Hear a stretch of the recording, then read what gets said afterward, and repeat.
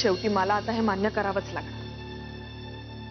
लग्नासारखा एक महत्त्वाचा डिसिजन चुकल्याचे परिणाम आता मला आयुष्यभर भोगावे लागणार आहे. तुझं डिसिजन नाही चुकलंय मधुरा. आणि काय मी आता त्याच्याबद्दल काही फार बोलणार नाही, कारण तुला काही महिन्यात सत्य काय ते कळेलच. हे बघ, मी फार वेगळ्या विषयावर तुझ्याशी बोलायला आलोय. असं समज की मी तुला विनंती करायला आलोय, तुझ्याकडे एक मागणं मागायला आलोय. काय?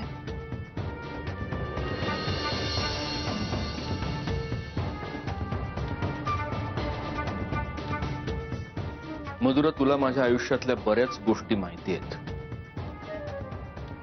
प्रियामध्ये आणि माझ्यात जे काही होतं ते विहंगकडून तुला कळलंच असेल.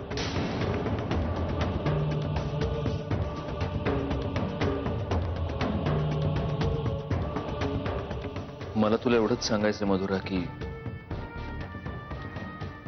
हे सगळं जर आत्ता मंजिरीला नाही कळलं तर खूप बरं होईल.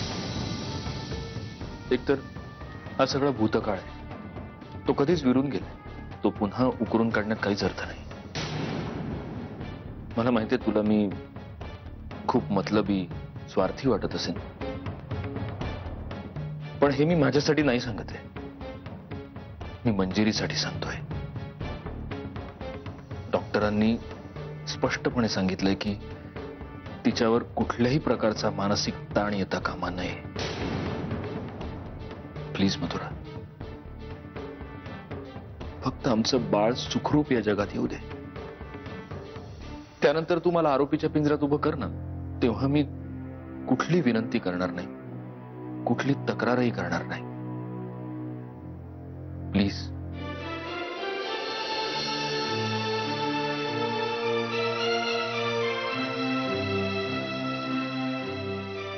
मधुरा, ज्यांचे हात चिखलानं माखलेले असतात ना, त्यांचाच अनुभव दुसऱ्याच्या घरच्या पडक्या विटा उचलायला कामी येतो.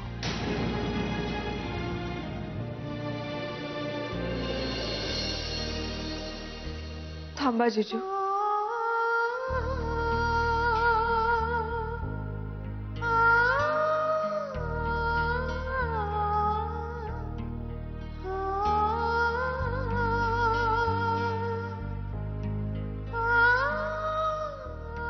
I'm sorry. मी दी समोर हा विषय काढायला नको होता.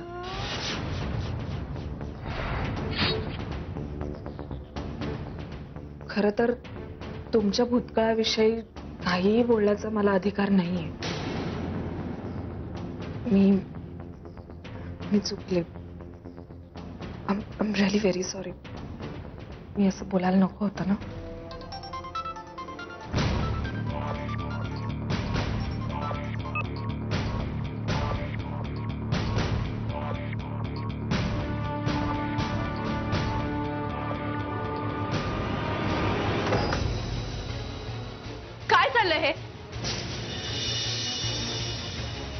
कोण आहेस तू?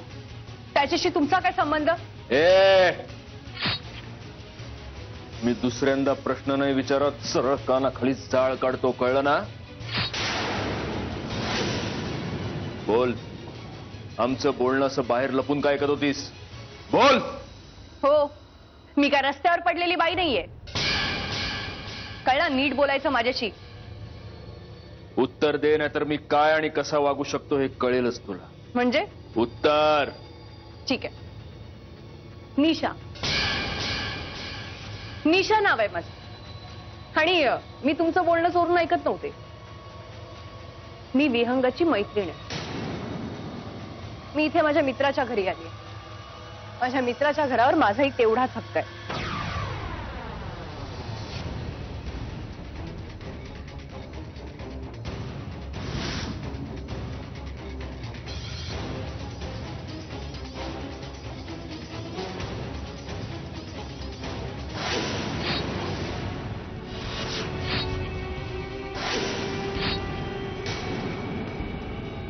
काय चाललंय? काय चाललंय?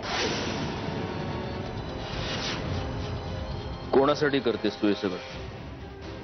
कोण आहे तुझा बॉस? ही काय बळजबरी आहे? आणि मी अजूनही सांगते, माझ्याशी नीट बोला, नाहीतर मला पोलिसात जावं लागेल. मग काढा लॉकअप मध्ये दिवस. ए, जेवढं विचारलंय तेवढ्याच प्रश्नांची उत्तरं द्यायची, नाही तर जीप कापून हातात ठेवेन, कळलं?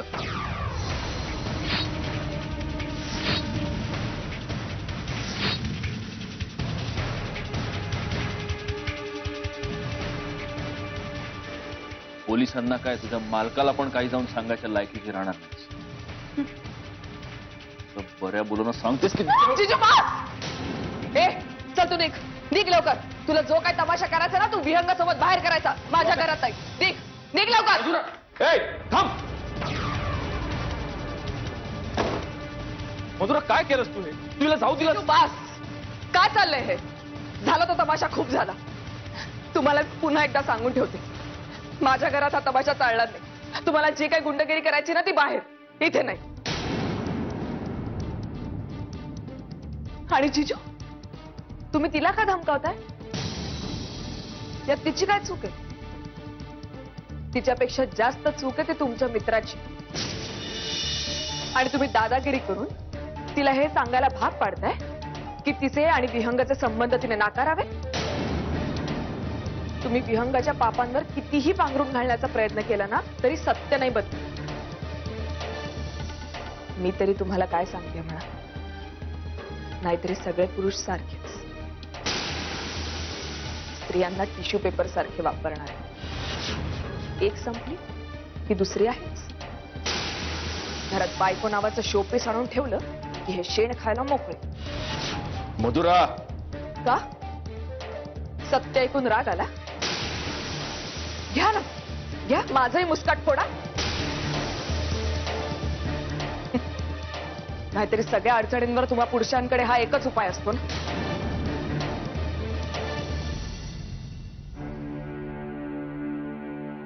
बाईवर हात उचलणारा पुरुष हा जगातला सगळ्यात कमकुवत पुरुष असतो. आणि तू अडाणीपणा करायचा ठरवलायस म्हणून मी कमकुवत होणार नाही. काळजी घे.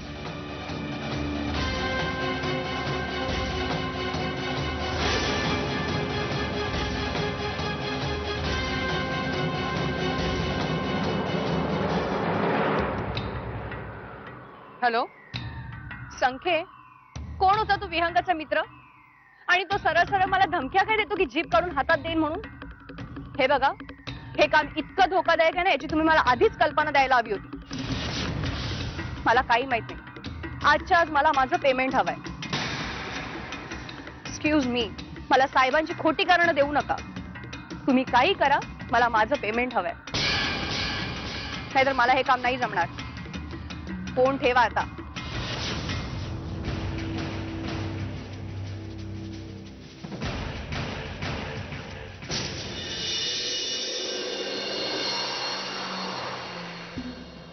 तर हे सगळं दादाचं काम आहे.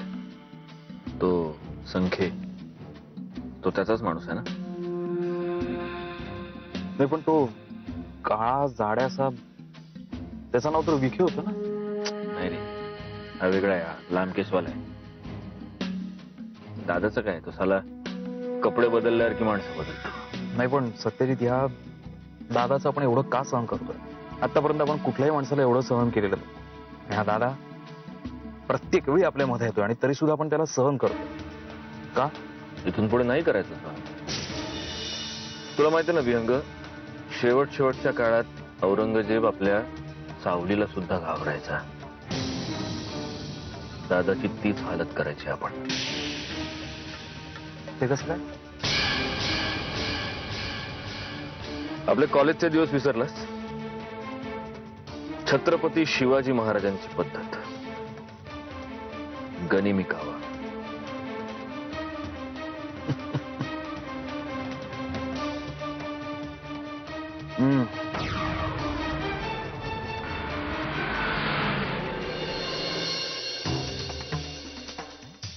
तू मधुराला काहीही विचारायला जाणार नाहीयेस, कळलं?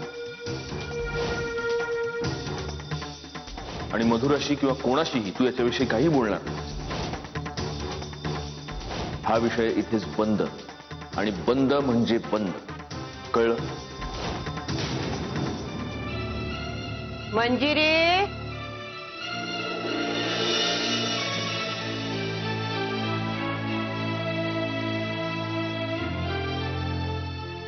मंजिरी,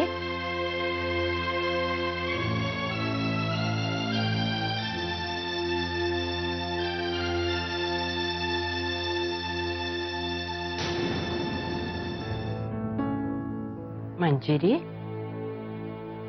हा, अगं काय ग, काय झालं? इथं अशी एकटीच कशा पायी बसली आहे? अगं बाहेर यायचं ना, चार चौघात यायचं, बोलायचं. अहो नाही, मला कळलंच नाही किती उशीर झाला ते. औषध समधी घेतलीच ना व? हो. बघ बरं, आता तुला असं खोटं बोलता यायचं नाही. माझ्या लेकरांना आता समधीकडं कॅमेरा बसवल्यात ते. समद दिसते त्याच्यामध्ये, पकडली जाशील. हा, पण मग रूम मध्ये कुठे बसवलेत कॅमेरे? मग काय झालं त्याला? मी आहे की त्याला सांगायला. अच्छा, म्हणजे आता तुम्ही तुमच्या नातवाच्या पक्षात गेलात नाही का? अगं नाही ग, मी त्याच्या पक्षात कोणची? मी आता तुमच्या दोघांच्या बी पक्षात आहे ती. आता तर तिघांच्या. खरं सांगू, तुझी लई काळजी आहे बघ त्याला. म्हणजे तुझ्यावर तो रागावतो, वरडतो, पण त्याच्या माग तुझी काळजी आहे. तुझ्यावर लई प्रेम करतो बघ. अगं जीव ओवाळून टाकतो तुझ्यावरनं.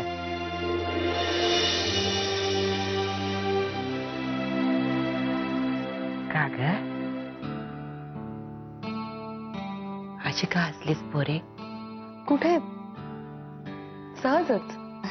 अगं पोरी, या थकल्या डोळ्यांनी लई पावसाळे बघितले ते. कोणचं हसणं आनंदाचं असतंय, कोणचं लाजण्याचं असतंय, आणि कोणचं दुःखाचं असतंय. या म्हाताऱ्या डोळ्यासनी बराबर कळतंय बरं. अहो असं काही नाही आजी, मी सांगते ना तुम्हाला. असं तू म्हणतेस, पण तुझं हसणं काही वेगळंच सांगतंय बघ. अशी कोणची तरी गोष्ट आहे जी तू मला अद्याप सांगितलेली नाहीस बघ. नाही, असं काही नाहीये.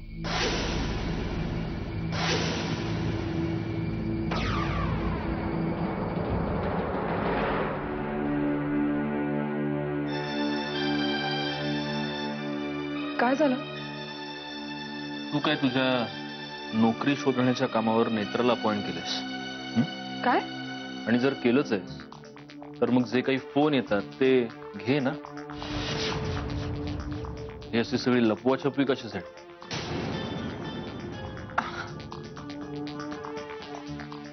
लप्पाछप्पी काहीच नाहीये.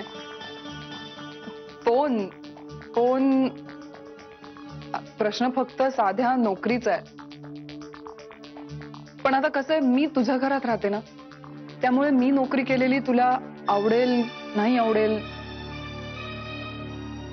किंवा तुझ्याशिवाय दुसऱ्या कोणाची तरी मदत घेतलेली तुला आवडेल की नाही, एवढंच होतं, बाकी काही नाही.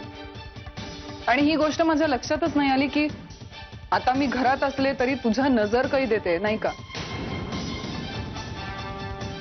मी या घरात कॅमेरे बसवले, त्याच्यावरनं जर कोणाला आक्षेप असेल तर तो त्याने स्वतःकडे ठेवावा. मी त्याला विचारतच नाही. आणि राहता राहिला प्रश्न तुझ्या नोकरीचा, तुला ज्या कोणाकडे नोकरी करायची असेल तू कर. तू असा डिसिजन घेतल्यानं मला त्याचा फरक पडावा असं आपल्यात नातंच आता उरलेलं नाही. Good night.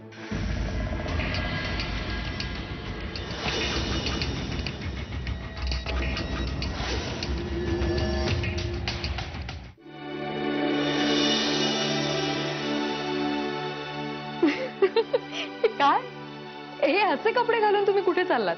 काय नाही, मी आणि विहंगानं आज आमच्या कॉलेजच्या दिवसांच्या आठवणी ताज्या करायचं ठरवलं. आम्ही दोघं रात्री बाहेर चाललो. तू प्लीज जागत बसू नकोस, माझी वाट तर अजिबात बघू नकोस. मला यायला थोडा उशीर होईल. अहो हो, पण तुम्ही नक्की जाणार कुठे? मंजिरी, कुठेही गेलो तरी पहाटेपर्यंत घरीच परत येणार. चल बाय.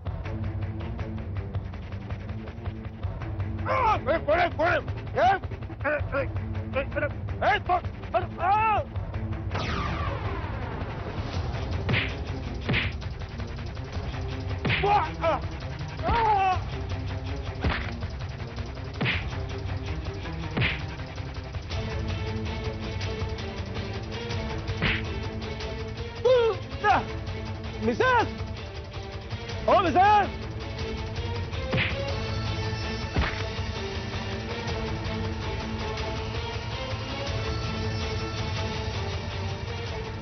क्या मिसेस, मिसेस, अरे हे मिसेस, अरे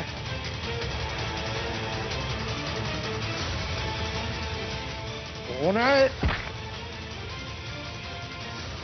अरे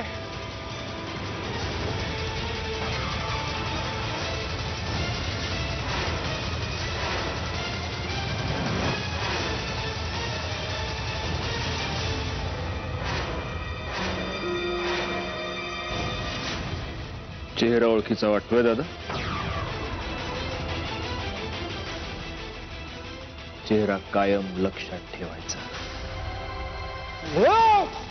मिसेस, मिसेस, मिसेस, संके, बाबा.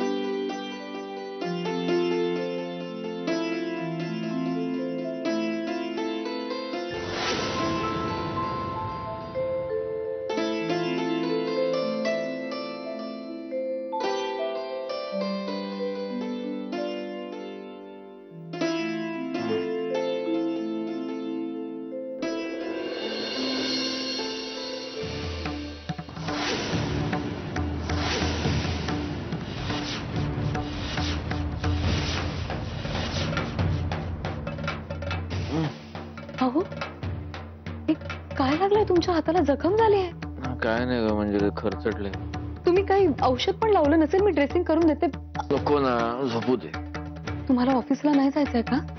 मी उशिरा जाईन, 15 मिनिटांनी उठव.